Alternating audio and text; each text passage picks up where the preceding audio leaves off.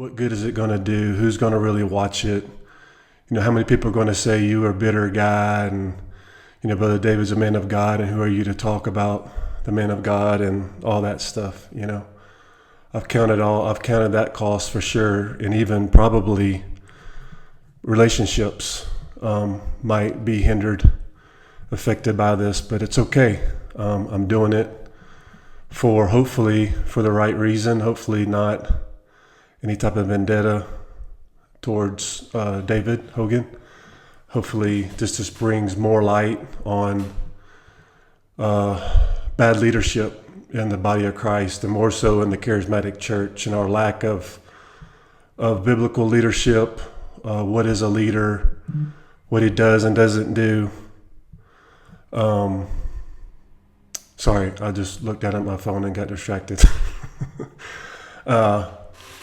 And it's just gotten really bad, and it's coming to light. I think God's really shedding light on stuff, and so hopefully my motive, the heart is deceitful above all things, right? So hopefully my heart isn't to demonize David Hogan, try to tear him down, make him look bad. But when there's facts, and there's accusations against a leader, those things should be brought up, and you should have 2 or 3 witnesses at least towards a leader if there's accusations towards a leader. The thing is with these big time, and we're seeing this today, is these big time leaders, they're above everybody, and they kind of make their own laws, and they're untouchable in a sense as far as any kind of accountability, just because their name, their platform, their the well-known guys I'm referring to, and so we're hearing it in all these things that are going on, that people have actually gone to these people, like for example the Michael Brown case. People went to him, and he didn't say anything, and he kind of like sweep it under the rug, and so you try to go to these guys, and they don't listen for whatever reason, just because they think they're above the law or something, or important or whatever, and so they're so public that the only way you can really bring any accusation and any any accusations or anything that's legit is to go public, and that's what people are doing. And I guess this is kind of to add to that as far as defending the abused, the spiritually abused. People speak out and about leaders and their type of leadership, they're being spiritually abusive, and it's always, oh, you got an issue, you're bitter. I've tried to bring these things up that I'm about to bring up here in a minute to people, and that's what I've gotten. Oh, you're just bitter going with life. We're all a work in process, and that's just sweeping things under the rug. So anyway, the 2 main objections of this video is just to share my experience, which I don't know if anybody else that has gone public with this on YouTube, that has worked with him personally, that's brought up these issues. There's other videos of people pretty much demonizing him, really with a critical spirit, just tearing him down, and that it hurts me, to be honest with you, the way they attack him, because I don't think he's of the devil. He has issues, obviously, and I know we all do, but these issues are serious, and he is a leader in the body of Christ, and he goes all over the world speaking, and so it's a little different on that side. So hopefully this isn't done out of that type of spirit, but I do think these things need to be called out. Okay, so straight in, jumping into my testimony, just so you won't think, oh, there's another guy on YouTube, bashing somebody and blah, blah, blah. I'm nobody for sure, right? I'm nobody. But got saved in the Brownsville Revival in Pensacola in 96. Year later, joined the Brownsville Revival School of Ministry that was started. As time went on in the school, I just felt, missionaries would come and share about what was going on in other countries, and I was just like, wow, my eyes were really open to that. I was a small town boy, country boy, never left his town, and didn't think outside of the United States, really, not outside my own town. So anyway, my heart started leaning towards missions, and so I want to say it was the first year of Bible school in 98, maybe. I'm bad with times, years and dates and stuff. David Hogan came to our school, and nobody really heard of him.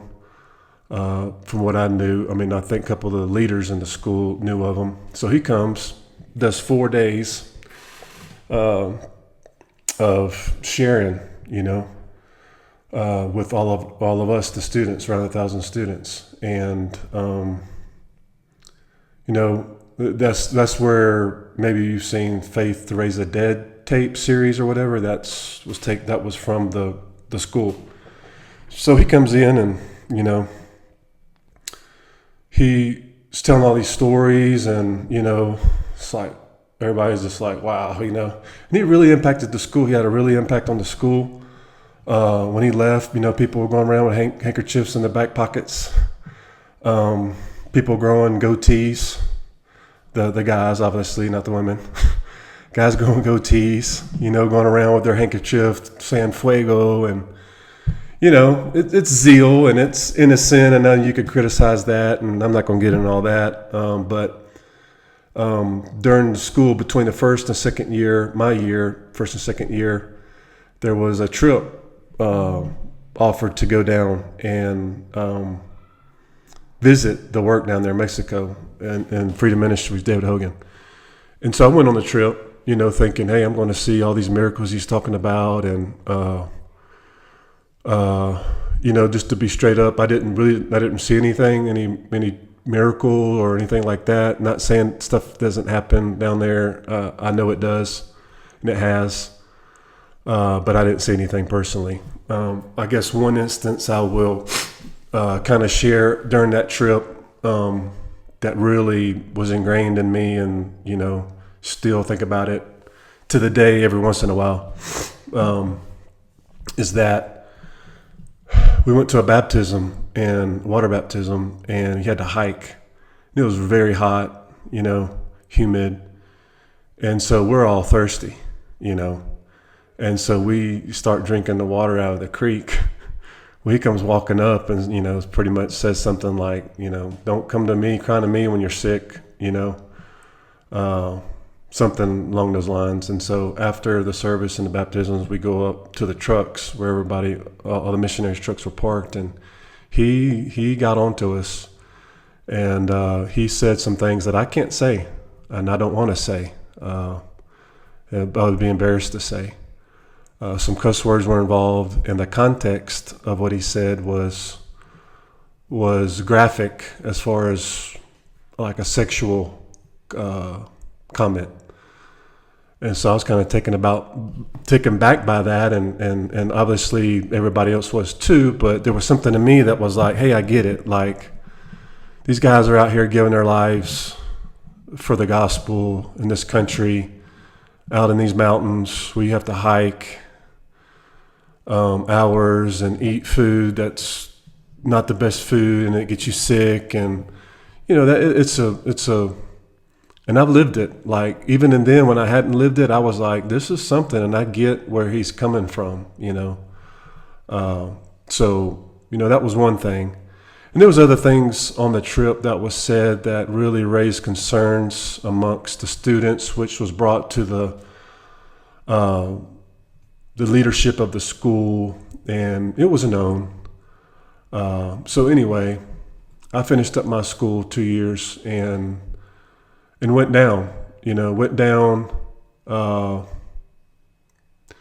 Maybe with some wrong motives, but more or less I went down and went to language school first, and that was 10 months in North Mexico, and then went on down and joined Freedom Ministries, me and a friend of mine, that we went to Bible school together and language school together, and went down there and started working at the same time.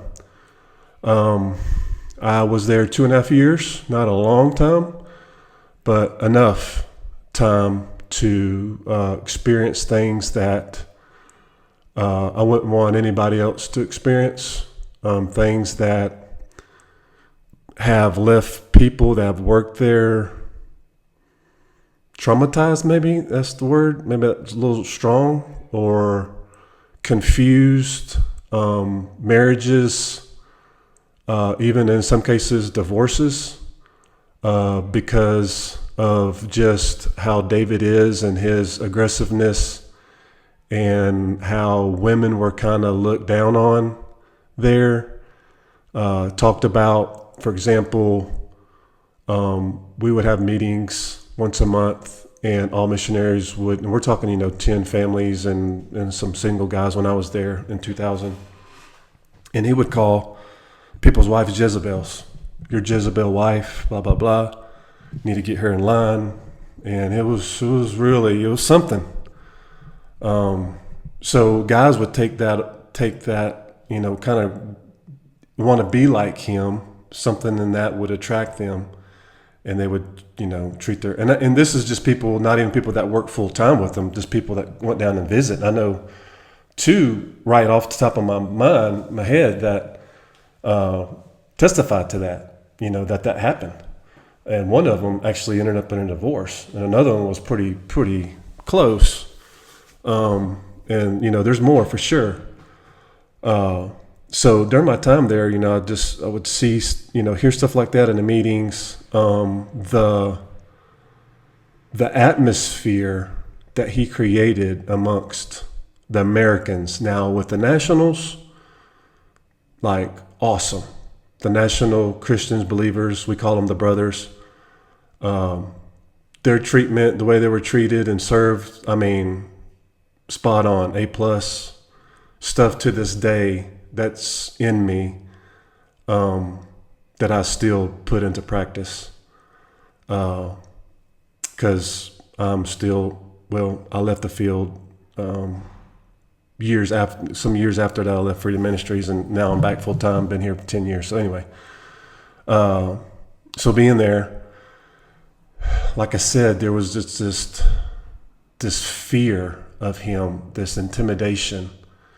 And in these meetings that we would have, he would bring in this yellow pad that would have things that people did wrong. And I won't get into that too much, but you were basically sitting there just waiting for your name to be called out. And he would basically degrade you, rebuke you, yell at you in front of everybody in the meeting, and bringing up the one, whatever thing you did. Cussing was normal. It was often heard, cussing at people, yelling at people, even getting like face to face, and even once or twice, if I remember correctly, he grabbed people by their shirt collar like this, and really get in their face. And it was really confusing. I was young, age-wise, pretty young in God, just a couple years saved, and just really caused a lot of confusion, seeing things that were like so right, but seeing things that were so wrong. And the so wrong things were basically the spiritual abuse, the degrading people's wives, calling them Jezebels, and people that had worked there in the past that were missionaries there in the past, great men, would always get talked about. I mean, to the point, they're devils. They're devils. They're back in the United States flipping hamburgers.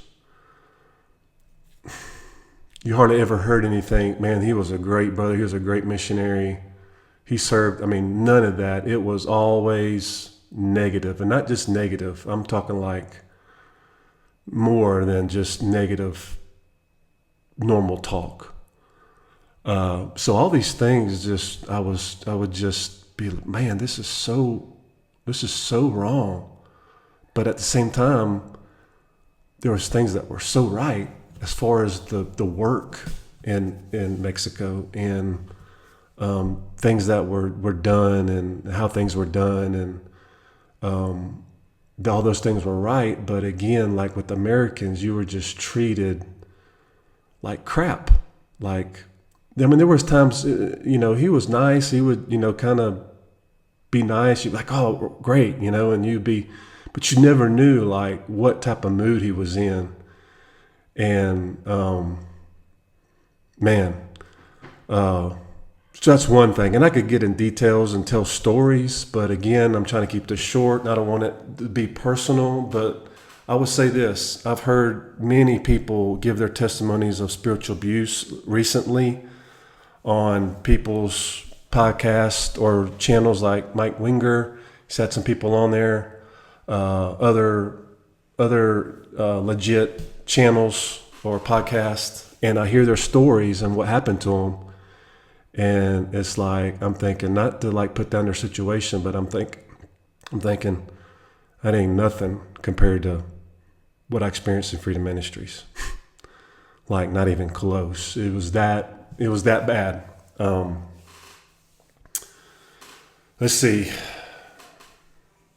One thing that's really bothersome now, and again, like looking back and, thinking about these things, you're just like, how in the world did that happen? Or how did he do this? Or like, how can he get away with this or whatever? And one thing was, years when he first started, there was a guy that I guess he was kind of under missionary. Well, him and his son basically sexually abused this guy's daughter, and would be his son's sister. They got caught and put in prison, rightfully so. And well, this guy, the son, got out. Now a grown man, got out on house arrest, and so he basically bailed. He fled and came down to Mexico and sought out Brother David. And he was like, from what I understand, he was on the top 10 most wanted in the state of Texas, 6 offenders. And he came down and David let him join. And I ran around with this guy for a long time and did a lot of services with him and hung out with him and his family. And, and again, at the time I'm thinking, no big deal, but that's a big deal. Like, you're harboring a fugitive, like somebody, like, that's a crime. That's straight up a crime. And by the way, this guy did get caught. They flew in with a helicopter in a small little town in Mexico and found him and landed a helicopter in this town and grabbed him. And he's back in jail. So it's like, wow, that's crazy. That was crazy. Like, him doing that. And I'm going to, I'm kind of like running around with this guy that's on the top 10 most wanted sex offender list. Does God forgive something like that? Absolutely. But it's still, you're talking about the law. And so that's one thing. After 2.5 years of just like, what's going on here? This is crazy. Talking to other missionaries, them saying the same thing. Some people wanting to leave, but feel like they were just kind of stuck there, like you couldn't leave. finally the missionary that I was under at the time left. He had enough and he left, and he was there for around 10, 11 years maybe. He had enough of it and he left, and it wasn't pretty. It was almost like David wouldn't let him go just peacefully. He caused problems, and even during the meeting there was a lot of yelling. Again, David physically tried to intimidate this missionary. So after seeing that, I got to thinking, wow, I guess you can leave this place. I just thought you got there and you were a lifer and you never left. That was the mentality. And because if you left, just like a gang, if you leave, you're not loved anymore. You're the devil, pretty much like a gang mentality, which he was in a gang, by the way. So anyway, I just came to the conclusion, I got to get out of here. My heart couldn't take it. Living under that pressure, walking on eggshells, the stuff that was wrong. I had to leave. So I had a meeting with them, and by God's grace, it went really peacefully. Like there wasn't any yelling or, because everybody that left, and from what I understand, even up till a couple of years ago, people that leave, it's a fight. He wants to fight.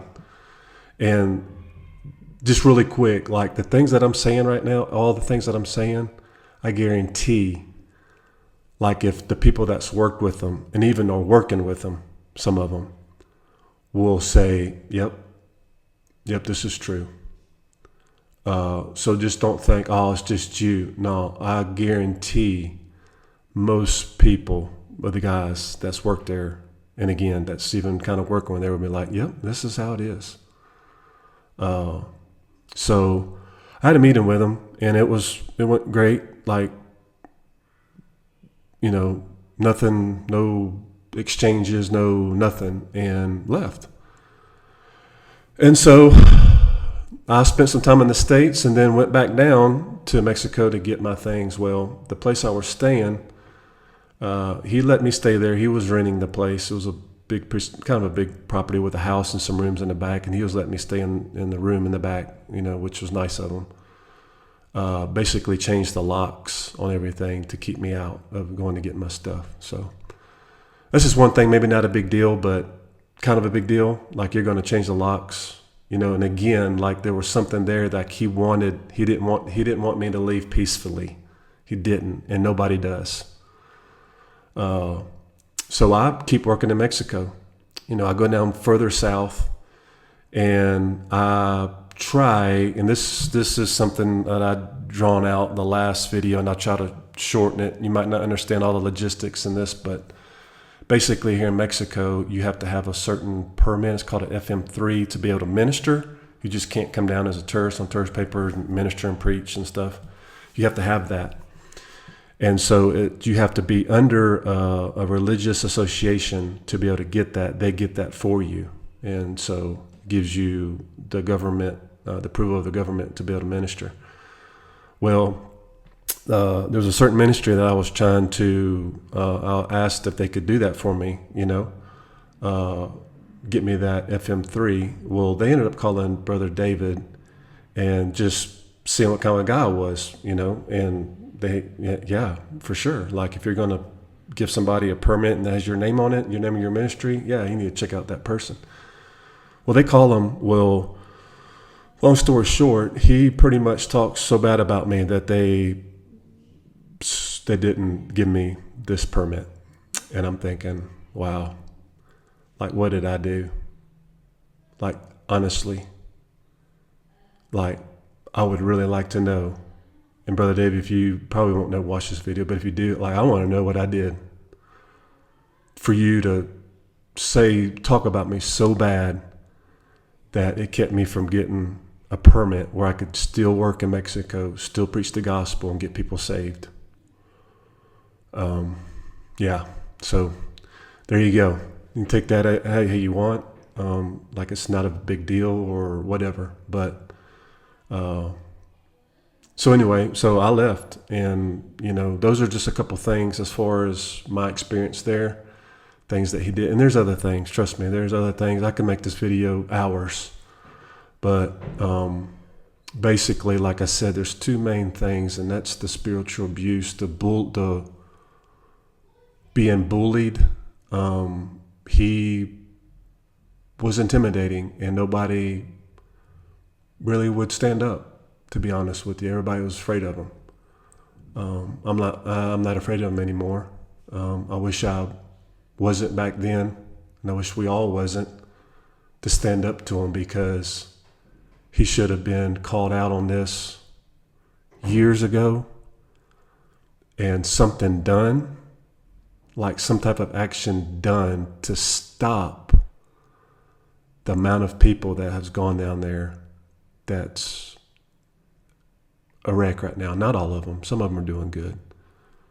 But the people that he's left in his path, they're just laid out. And they're wrecked, and they're emotionally, spiritually distraught. And I guarantee you, everybody that's left there isn't because of the heat, the food, and so forth. It's because of him. And again, I guarantee everybody that's worked there will say, yep, that's right. Why hasn't anybody said anything? Maybe some people have tried, and that's just the thing. Like, people have tried, people have gone to him. One guy that I know, after I left, some years later, he left. And he wrote this, I can't remember how many pages he said, wrote this long letter of things, of concerns of Brother David. The abuse, the spiritual abuse, the cussing, all this stuff that a leader shouldn't do and should be called out on. And it was brought to David's board, and basically nobody said anything.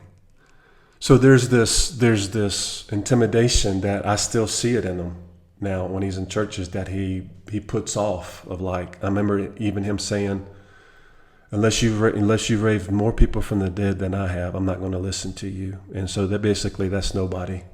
I mean, he said that. That's how he thinks. So he's like,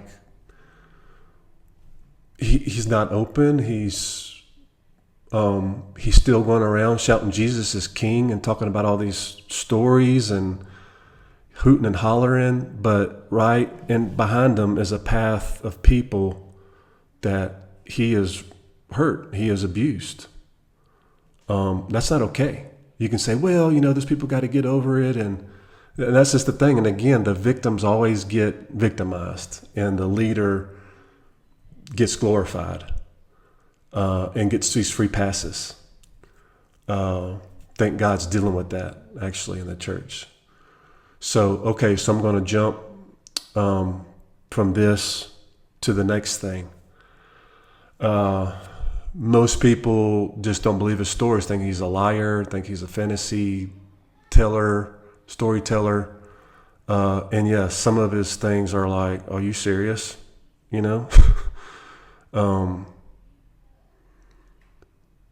I get it, So anyway, there's two things I'm going to bring up right now, and I'm going to try to make this fast, that should really bring some concern to anybody watching this.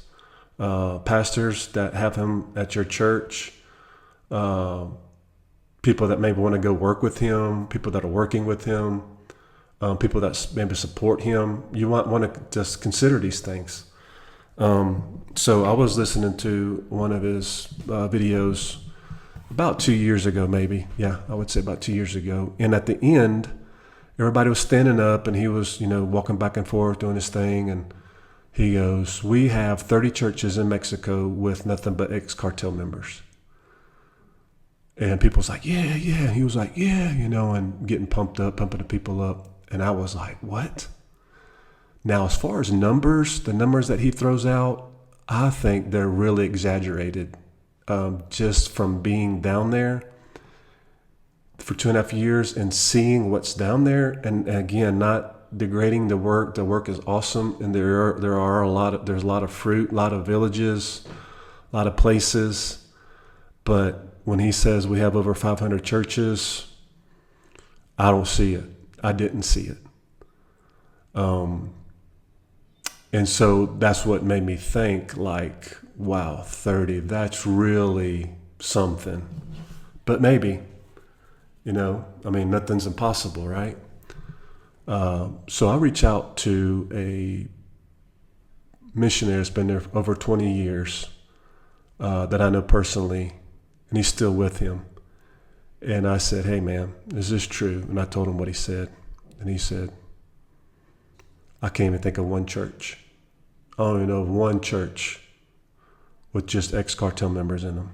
He said, do we have ex-cartel members in our work? Yeah, there's some here and there.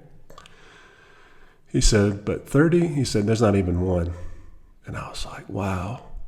I said, what's that, man? He was like, and he said in Spanish, ni tengo palabra, hermano. I don't even have words to say. I can't even say anything. So we kind of chatted back and forth on that, and I was like, what in the world, So I just kind of left it at that. So there you go. There's one. There's one true, 100% not true thing that he said. And this is not a little thing. You can say, oh, well, maybe he got confused. That's just the thing. It's not just this one time. It's this other thing that I'm about to show you the clip of. And so many other things. I mean, I'm to the point now where it's like, I don't even believe anything he says, hardly. Is everything a lie? I don't think so. Are some things like the stories kind of mixed up and maybe a little exaggerated? Yes, that too. But some of them are just straight up lies and not true, like this. This is a straight up lie.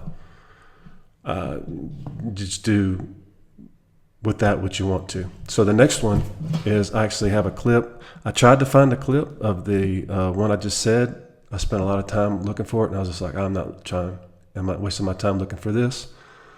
I think just from what one of the guys that works with him still said is enough proof. I don't really have to do the video. And again, I know you're like, well, that's just your word. Well, believe me or not, but here's a video actually of him. Just give me a second to try to find it here. Oh boy.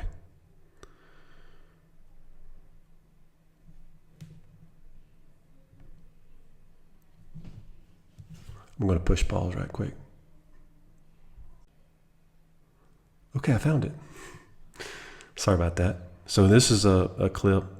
I'll just play it for you right quick. Sorry that I don't know how to get up on the screen or where you can see it on the screen. I'm just going to put my phone up to the camera and hopefully you can hear what is said here.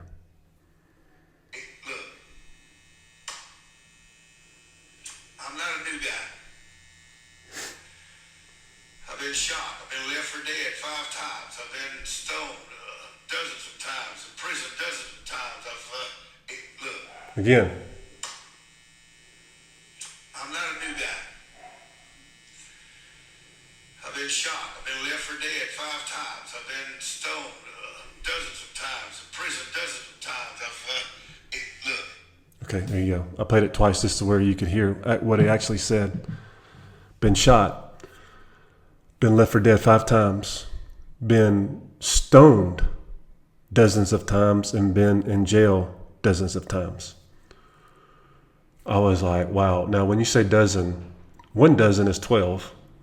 Dozens is at least 24. So we're not talking about just a couple times. So I heard that and I was just like, it really upset me that he's up in front of these churches saying, yeah, I've been like this, we had this, and it's not true. It's not true. And so the people in the audience are going, wow, this guy, dozens of times, he is a hero. 30 churches, cartel, wow, what a. And so that's basically what he does. Like his ministry is, maybe I'm wrong here, based off of stories is what he does with traveling around. So if the stories aren't legit, what do you have? So again, I contacted the guy, same guy that still working with them, and I sent him this clip. And I said, true? He said, man, he responded with the voice text saying he was grazed by a bullet when he first started, down in Mexico. He was grazed by a bullet. But the other stuff, no, I don't know. He's like, in the beginning there was persecution and some of the nationals were jailed and there was persecution there for a while. But being stoned and left for dead and jailed dozens of times, like, he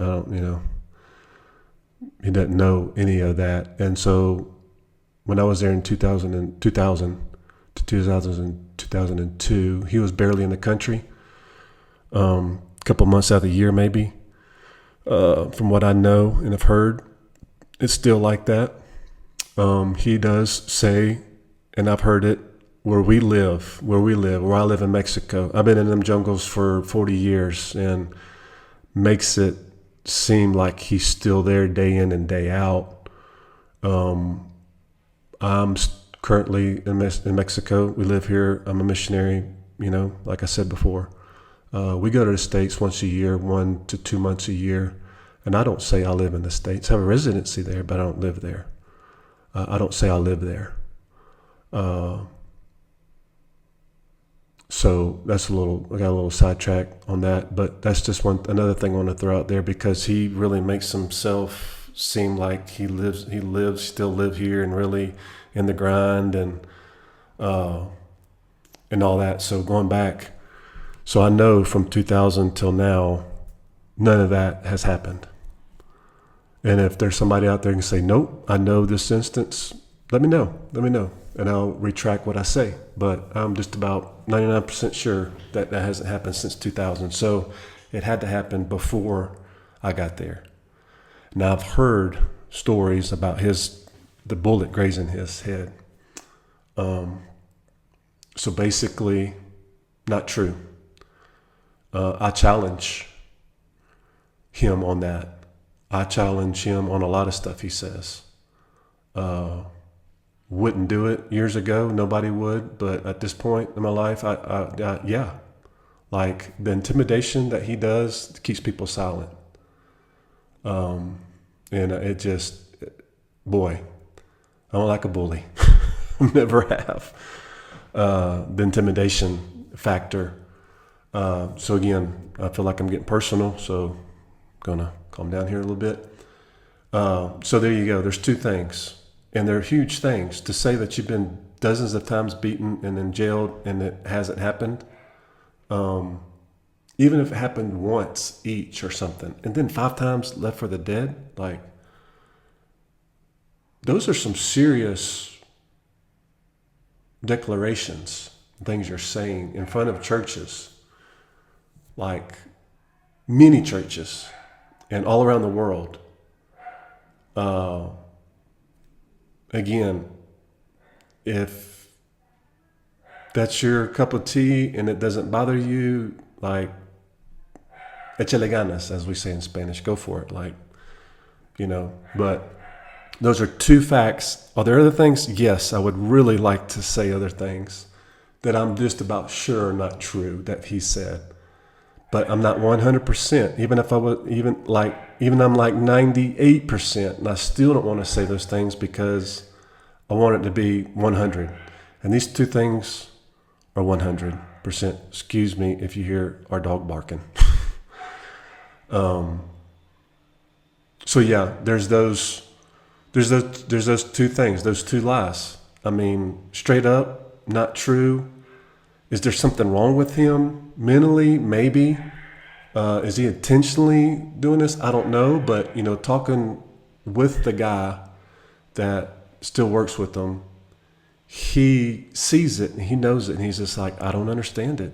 He's like, I don't get why he has to do this. I don't get why he has to exaggerate and basically lie and puff himself up and put this projection out there of who he is and what he's done when there's no need for it, because of great things that have gone on in his work here in Mexico. And that's true. I can attest for that. Like, it's a great work. It is, but him and the people that he's abused along the way is not okay. And really quick, like I'm seeing time is getting away. I'm gonna make another long video when I'm trying to make this shorter. There's people that have worked under him for so many years that type of leadership, that bulliness, if that's even a word, the abusive, controlling, manipulating, like intimidation, leadership style that David has got onto them, and they've gone out from left him, and now they're starting ministries, and the same things happen there. Like one guy started a missions organization, sending training, and it got to a point where there was nobody. Like all the people that went through there and was on the field or going to the field left because of this same exact thing. And even a letter of concern was brought up in this situation. And 16 people signed this thing, stating this person's like this, like this, like this. This was my experience. That letter was sent to this guy's board, another church pastors that are behind this ministry. Nothing, crickets. The guy still is rocking along. David's still rocking along, and you got all this. So you got branches out even from David of people that behind them are people, and there's people that I know personally that are they're just messed up. They're messed up spiritually. They're confused. They're oppressed. And again, if you're saying, well, that's just them, I don't even know what to say to you right now. It's not okay. This is not okay. We're talking about people that Jesus died for, his people, his sons and daughters, that leaders have abused and have just, they're distraught, and these guys are still blowing and going and shouting Jesus is king. You need to stop what you're doing and go and reconcile with these people that you hurt. That's what needs to be done. But people maybe don't know about this. They don't care, and they still invite these people to their churches. They still look up to them as men of God. And I'm sorry, but raising the dead isn't a qualification for a leader in the body of Christ. Doesn't qualify you, and it doesn't approve your character and your integrity. How many times we have to read the Matthew 7? Lord, Lord, we cast out demons. We did this in your name. I don't even know you. So